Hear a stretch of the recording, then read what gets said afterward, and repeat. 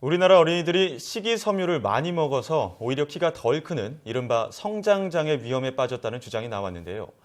최근 한국영양학회가 발표한 자료를 분석한 결과 약 60만여 명이 식이섬유를 과도하게 섭취하는 것으로 나타났습니다.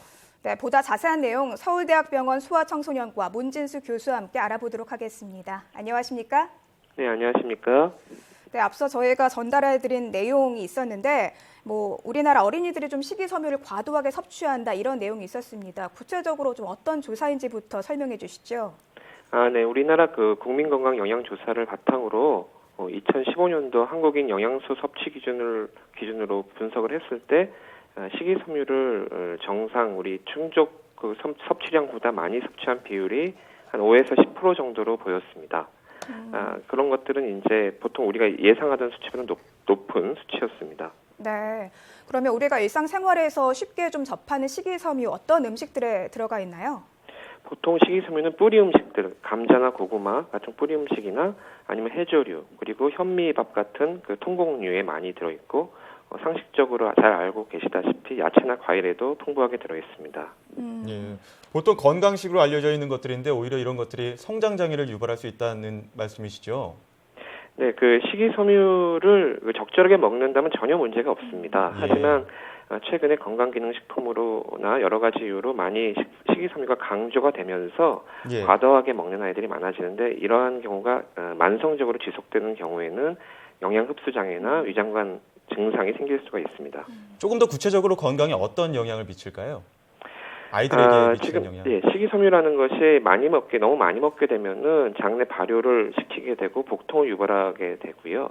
그리고 영양소들, 비타민이나 미네랄, 그리고 미량 원소들의 섭취나 흡수를 방해하게 됩니다. 그런 부분들이 여러 부작용들을 일으킬 수가 있습니다. 네, 그러면 다 큰 성인의 경우에는 이 식이섬유를 좀 많이 먹어도 괜찮은 건가요? 성인의 경우에는 소화도 좀 큰 어린이들은 마찬가지인데요. 기본적으로 식이섬유는 현재 우리나라 식생활이 점점 서구화되면서 섭취량이 부족해지고 있습니다. 그래서 어른들이나 큰 어린이들은 식이섬유를 좀 더 적극적으로 많이 먹으려고 노력을 해줘야 됩니다. 보통 하루에 우리가 25g, 어른의 경우에는 20에서 25g 정도는 먹는 것은 권장되고 있습니다. 하루 25g이면은 보통 우리가 먹는 감자나 고구마로 비교했을 때 어느 정도 양이 될까요? 우리 한국 평균적인 식단으로 볼 때 어른들이 식사하시는 식사량에서 보통 한 15g 정도는 이미 충족이 됩니다. 정상 식단에서. 그래서 보통 우리가 이제 디저트를 먹거나 할 때 과일들을 좀 쓰시면 많이 보충이 되고요. 그리고 불필요한 음료수 섭취 같은 것을 줄이고 그런 곡류, 특히 이제 잡곡밥을 먹으려고 노력을 좀 해주시면은 충분히 보충이 많이 됩니다. 네.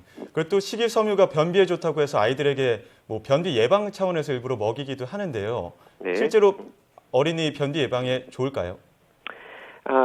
우리가 변비 예방에 좋다고 할 때 권장하는 양 정도도 보통 아이들의 경우에는 사과나 배 반쪽 그 정도로 식사 후에 디저트를 먹는 것 정도를 권하는 것이고요.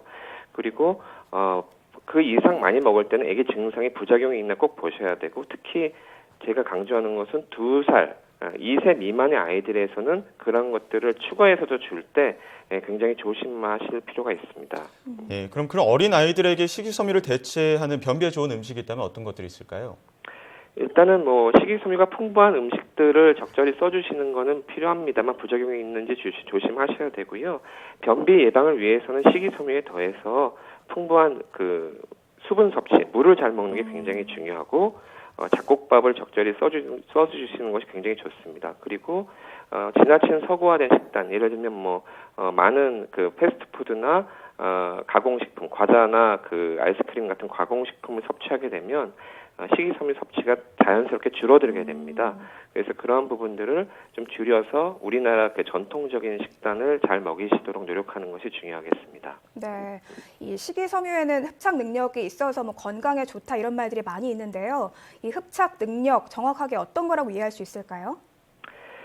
식이섬유는 이제 대변을 적절한 시간에 대변을 볼 수 있게 좋은 대변을 만드는데 굉장히 중요한 요소입니다. 네. 그래서 대변이 적절하게 형성이 돼서 적절한 좋은 시간대에 나갈 수 있게 도와주기 때문에 장내에 독소나 유해 세균들이 나가는데 굉장히 유리한 조건이 됩니다. 그래서 네. 식이섬유를 균형 잡힌 식단 내에서 보충하도록 하는 것은 굉장히 중요합니다.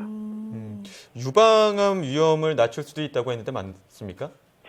그거는 이제 뭐 일부 연구 결과에서 나오곤 있는데 직접적인 연관이라기보다는 유방암이 원래 고지혈증에 굉장히 취약한 위험 인자로 되어 있습니다. 그래서 고지혈증 우리가 식이섬유를 성인에서 적절히 먹어주면은 고지혈증을 좀 낮출 수 있는 것으로 알려져 있습니다. 그러한 연관성이 있기 때문에 좀 소아청소년이나 좀 큰 어린이 시기부터 식이섬유를 풍부하게 먹어주면 고지혈증을 좀 줄일 수 있고 따라서 유방암도 줄일 수 있는 것이 아닌가 그렇게 생각되어지고 있습니다. 네, 뭐 평소 식습관을 조금 개선하고 무엇이든 좀 과하지 않게 적절하게 섭취하는 게 중요할 것 같은데요. 네, 이 그렇습니다. 식이섬유를 좀 더 건강하게 먹을 수 있는 방법이 있다면 어떤 것들이 있을까요?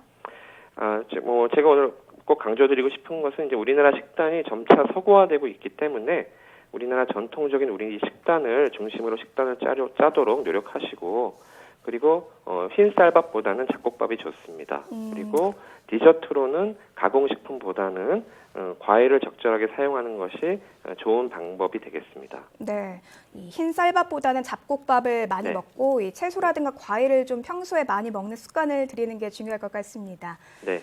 네, 지금까지 서울대학병원 소아청소년과 문진수 교수와 함께했습니다. 오늘 말씀 잘 들었습니다. 네, 감사합니다. 네. 네, 식이섬유 하루 권장량 25g 말씀드렸죠. 하루 식사로 15g 정도를 충족할 수 있다고 하니까요. 식사 후에 과일 반쪽 정도 드시고요. 무엇보다 수분 섭취하시는 게 중요할 것 같습니다. 네, 특히 어린아이들 같은 경우에는 어렸을 때부터 이 식습관을 잡아주는 게 무척 중요하잖아요. 그래서 이제 부모님들께서 우리 아이들 식습관에 조금 더 신경 써주시면 어떨까 하는 생각도 들었습니다.